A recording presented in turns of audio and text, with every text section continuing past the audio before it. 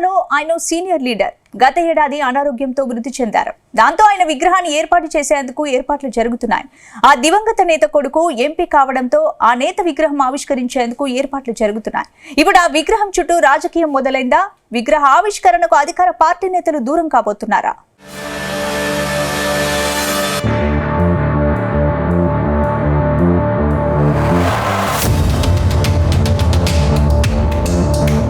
తెలంగాణ కాంగ్రెస్ లో ధర్మపురి శ్రీనివాస్ ఓ బ్రాండ్.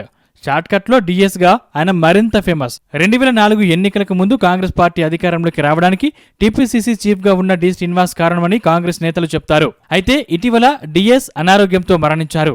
ఇప్పుడు ఆయన విగ్రహాన్ని ఆయన స్వస్థలం నిజామాబాద్ లో ఏర్పాటు చేసేందుకు ఏర్పాట్లు చకచకా జరుగుతున్నాయి. డిఎస్ కు 2 కుమారులు. పెద్ద కుమారుడు సంజయ్ కాంగ్రెస్ పార్టీలో కొనసాగుతున్నారు. గతంలో నిజామాబాద్ మేయర్ గాను పనిచేశారు. ఆ తర్వాత రాజకీయాల్లో యాక్టివ్ లేకుండా పోయారు. ఇక 2023లో కాంగ్రెస్ పార్టీ అధికారంలోకి రావడంతో మళ్లీ యాక్టివ్ అయ్యారు. మరో చిన్న కుమారుడు నిజామాబాద్ బీజేపీ ఎంపీ ధర్మపురి అరవింద్. ఈయన ఇందూరు నుంచి రెండోసారి ఎంపీగా విజయం సాధించారు. నిజామాబాద్ కు పసుపు బోర్డు తీసుకురావడంతో అరవింద్ పేరు జిల్లాలో మారుమోగుతుంది. గతంలో పసుపు రైతులకు హామీ ఇచ్చిన అరవింద్ ఇందూరులో పసుపు బోర్డు ఏర్పాటులో కీలక పాత్ర పోషించారు. దాంతో ఆయన్ను ఇందూరు ప్రజలు రెండోసారి భారీ మెజార్టీతో గెలిపించారు.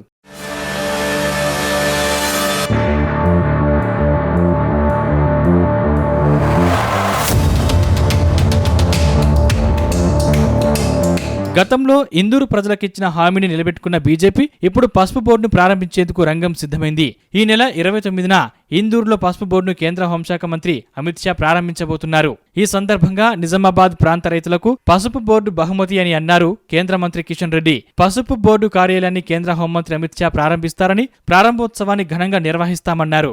ఆ తర్వాత అమిత్ షా డిఎస్ విగ్రహాన్ని ఆవిష్కరిస్తారు. అయితే హోంమంత్రి కార్యక్రమం అంతా బీజేపీ నేతల ఆధ్వర్యంలోనే సాగుతుండటంతో విగ్రహావిష్కరణకు కాంగ్రెస్ పార్టీ దూరంగా ఉండాలని నిర్ణయించినట్టు సమాచారం. ఒకప్పుడు కాంగ్రెస్ కు లక్కీ హ్యాండ్గా గుర్తింపు తెచ్చుకున్న డిఎస్ విగ్రహావిష్కరణకు ఇప్పుడు కాంగ్రెస్ నేతలు దూరంగా ఉండాలని డిసైడ్ కావడం చర్చనీయాంశమవుతోంది.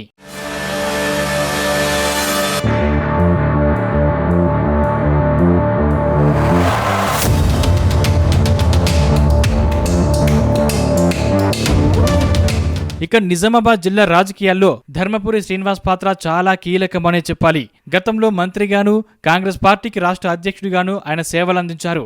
ఇక తెలంగాణ రాష్ట్ర విభజన తర్వాత డి శ్రీనివాస్ అప్పటి అధికార పార్టీ బీఆర్ఎస్ లో చేరారు. ఆయనకు గులాబీ బాస్ రాజ్యసభ సభ్యుడిగా అవకాశం ఇచ్చారు. ఆ తర్వాత డిఎస్ ను పక్కన పెట్టేశారు. కానీ తిరిగి పొలిటికల్ గా యాక్టివ్ కాలేకపోయారు.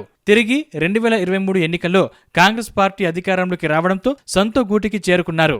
కాంగ్రెస్ పార్టీలో చేరిన కొద్ది రోజులకే ఆయన తుది శ్వాస విడిచారు. అయితే ఆయన ప్రథమ వర్ధంతి రోజునే ఎంపీ అరవింద్ విగ్రహాన్ని ఆవిష్కరించేందుకు సిద్ధమవుతున్నారు. అంతేకాదు తన తండ్రి ధర్మపురి శ్రీనివాస్ విగ్రహావిష్కరణ కార్యక్రమాన్ని ఎంపీ అరవింద్ ప్రతిష్టాత్మకంగా తీసుకున్నారు.